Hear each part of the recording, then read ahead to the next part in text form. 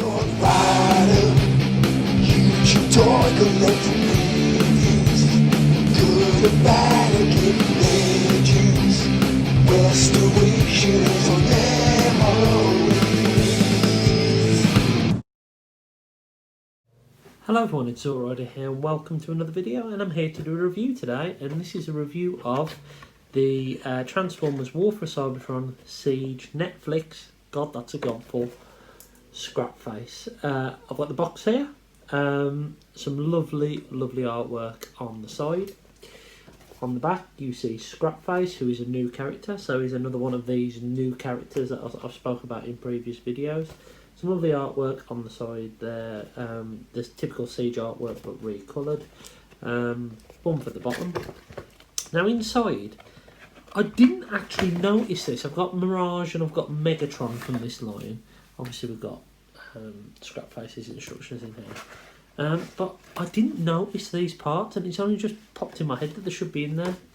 The parts to the display base. Now, both of the boxes are on their way to the recycling tip at the moment. So these have either not been in there or I've missed them completely. Now, I know Megatron, I'm 99% sure he didn't have one in. Because I actually used that box to sell my Siege original Megatron to package him away and post him, and I actually took this part out and there was nothing else behind it. Whether Mirage had one in or not, I don't know, but I've got a piece of Teletran one. It's flimsy, crappy cardboard to be honest with you, so never mind. It would have been nice to see what that looked like, but I've got no intention of picking up the whole set anyway. Sideswipe, Hound, Chromia. The only one I might get is Hotlink if he comes down in price, but I think that'll be it. So we've got Scrapface here in his alt mode. So everyone knows that the refractor or reflector mould is known for the camera mode, and that's everyone uses. But I'm not going to be taking a look at that today, because to be honest with you, my three refractors or reflectors, as us G1ers call them, are currently in a battle over there, so I don't want to get them all down.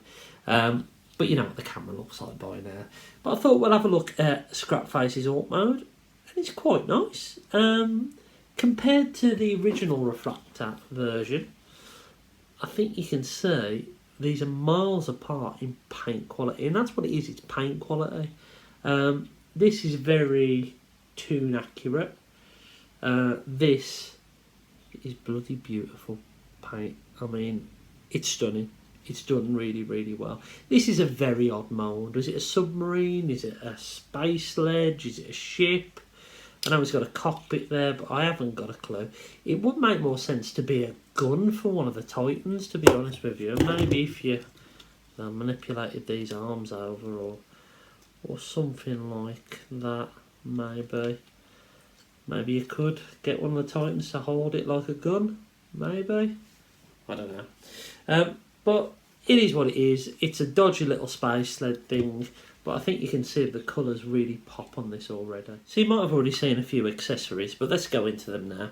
So you get his little wheel thingy, which we'll get into in a moment. We get his riot shield, which is actually part of the camera viewfinder.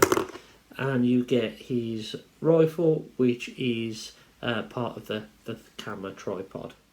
And here's the figure himself.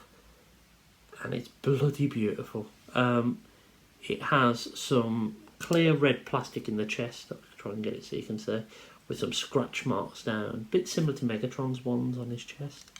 The face is painted like a really off-white. Some white paint around here, some metallic blue paint which really pops, and some paintwork that is almost worn off. The battle damage on this is so much better. It's more like the colours wearing off him rather than silver paint splodged all over him like we saw in some of the other figures. Articulation is exactly the same as other reflector. His head can do a full 360 or refractor. Arms can do a full 360. Can go out like that and bend at the elbow, swivel at the waist. Legs can go out that far and forward and back that far. Bend at the knee. And an ankle rocker. So you get all of that articulation that you've got on refractor or refractor or whatever you want to call him. Now his little wheel thingy, you can store it on his bum if you want him to be the drone version of Refractor, or if you want him to be the middle camera part, and I forget his name, was it Spyglass? You can plug it there in the front, and this is how I'm displaying my Scrapface. It's a lovely figure. Accessories can go in hands, and this riot shield, you can either hold it like that, you can plug it into the lower arm like so,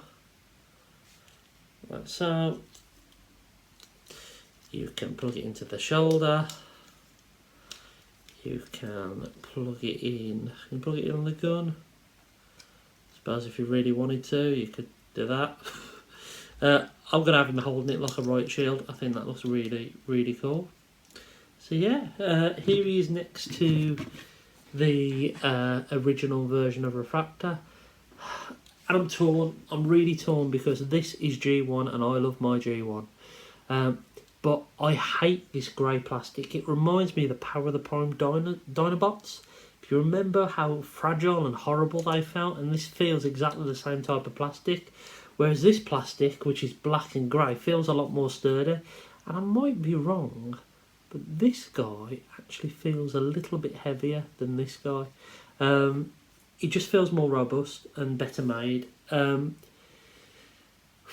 Probably the best version of the mould. I know I haven't seen the 3-pack that come in the toy accurate kind of colours, because I opted for cartoon accuracy.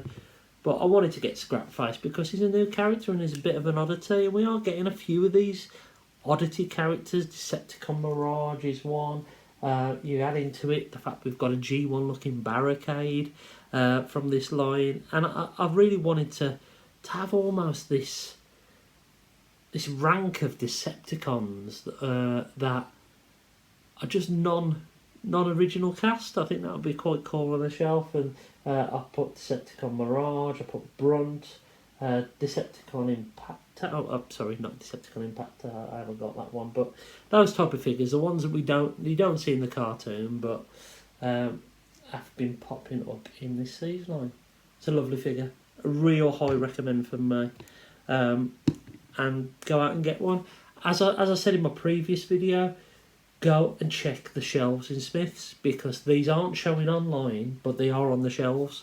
I've seen Chromere now in 2 Smiths. I've seen actually all of them now. And as I say, I think this will be probably to do a second wave. I hope they do.